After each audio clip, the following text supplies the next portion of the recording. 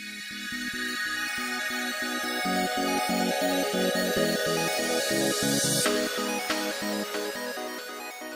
guys, welcome back to my channel. It's Mariah. So today I'm doing another first impression on a new foundation, and I picked up the Urban Decay All Nighter foundation, and I was so excited to get this because I love Urban Decay, and I love mattifying, waterproof,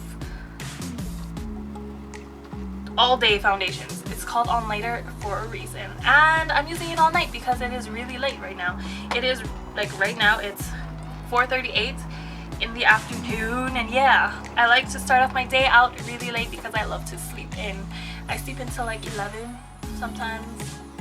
I like to try to get up early just so that I can get my day started, but I love sleeping in. There's something about sleeping in that I completely love.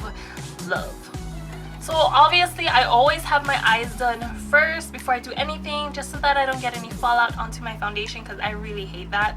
So obviously before I put on my foundation or do anything else to my face, at least after I do my moisturizing and toning and serumizing, is that a word? Serumizing, yeah.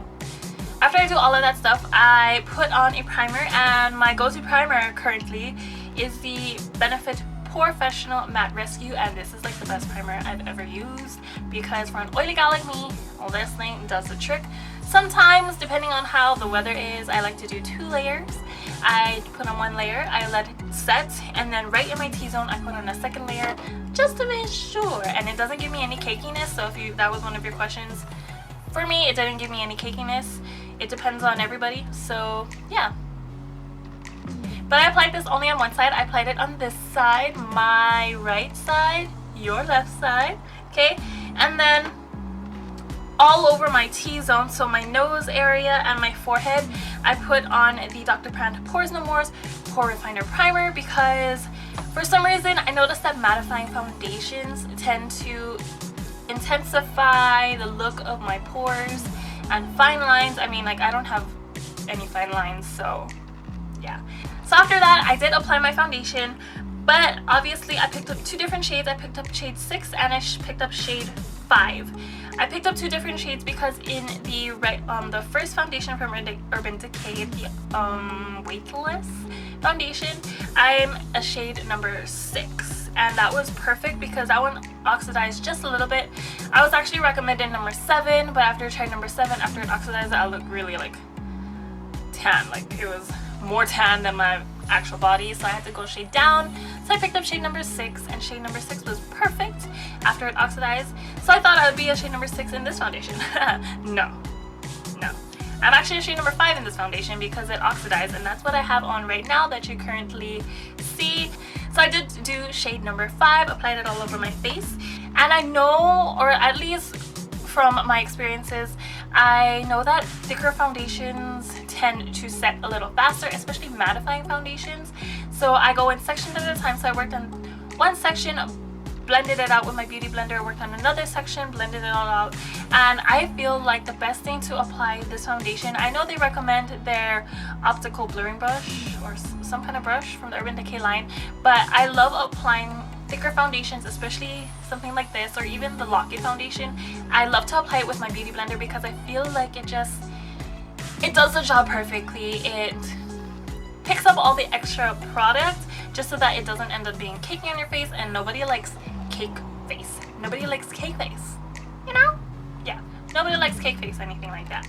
Okay, so I applied it with my beauty blender and everything looked nice and flawless, and I loved it. I love it. It looks pretty, right? It looks pretty flawless. I mean, not saying that my skin is flawless, but that is the power of makeup, people. Power of makeup. And that is pretty much my foundation process with the All Nighter foundation. And for a list of products that I use on my face, I have it listed down below in the description box. So yeah. Anyway, since it is still early and I want to go through the day and see how this foundation is, I'm gonna check back in with you in a few hours. Just want to reconnect the time with you. Earlier was about 4:38, and right now it is 4:45 in the afternoon. I'm gonna go ahead, start my day finally, and yeah, I'll check back in with you later on. Okay, hey guys, I just wanted to do a check-in. Dang, I forgot my phone outside. So it's about 10:30, 10:45. Just wanted to check in and let you know how the foundation is going. I am here in Justin's old room where he grew up because we just had dinner with his parents. And so far the foundation is holding up really well. I can start to see that in my T-zone it's starting to get really oily, and it's really humid actually, so I don't blame my face from, you know, starting to get all oily. But I didn't touch up, I didn't blot, and as you can see, like, it just looks like a normal glow, a normal oiliness that's happening. But yeah, foundation holding up really well. The side with the primer doesn't feel any different from the side without the primer. So other than that, foundation is doing good. I will check back in right before I wash my face off. Okay, hey guys, I am back for my final check-in, and it is now 1:23 in the morning. So I've had the foundation on for over 6 hours now, so about 7 hours, maybe 8 hours I've had the foundation on. And it started to break up around my forehead, on my chin, and right in my nose area. And I just think that's pretty normal for me and other foundations that I've used because my face is normally oily. So around this area though is okay. It's nice and not dry, but it's normal. It isn't that oily. On my forehead it's always oily because I'm an oily girl. I can't get away from that. But yeah, other than that, the foundation actually held up really well throughout the night. The humidity is crazy right now. So my final thoughts about the foundation. The foundation is really good. I mean, it gave you really good coverage. I just think throughout the day you want to either blot or you want to powder.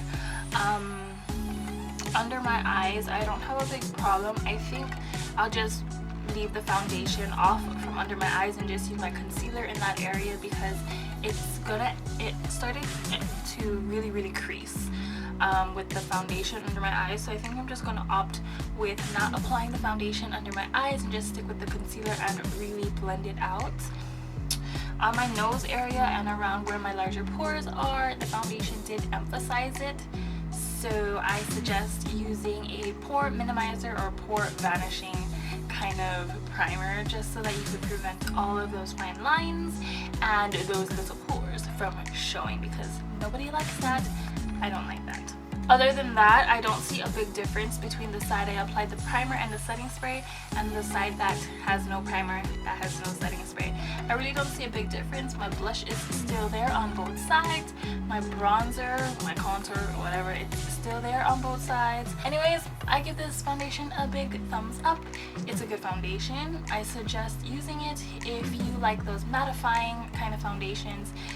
It's claimed to really be a super matte or really matte kind of foundation, but I think for normal to dry kind of skin types it's gonna be pretty matte. But for maybe combination to oily, it's gonna be a demi-matte kind of finish.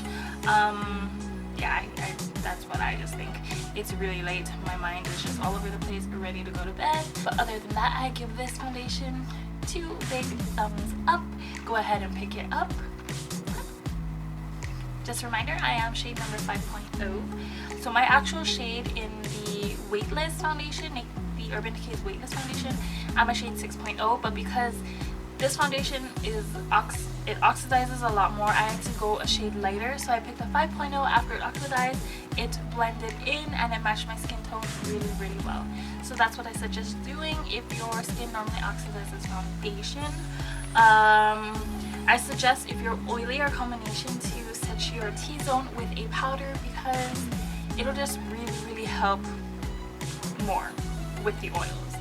Because I see that the foundation still let the oils come through because it's coming from underneath the foundation. But anyways, don't forget to subscribe if you haven't already subscribed. Also, there's a giveaway going on, so don't forget to click the link right up there. Also, here is a letter for you. And that is it. Give this video a thumbs up if you enjoyed watching, and I'll see you in my next video. Bye. If you haven't seen my previous videos, they're always linked down below in the description box. Also, I have giveaways that happen every single month, sometimes even more than one giveaway in the same month, so don't forget to be subscribed so you can be notified of when that happens. If you aren't following me on Instagram, Twitter, and Snapchat, and my Facebook page, I do have random giveaways that happen there, so you know what to do. Anyways, thanks so much for watching. Give this video a thumbs up if you enjoyed watching, and I'll see you in my next video. Bye!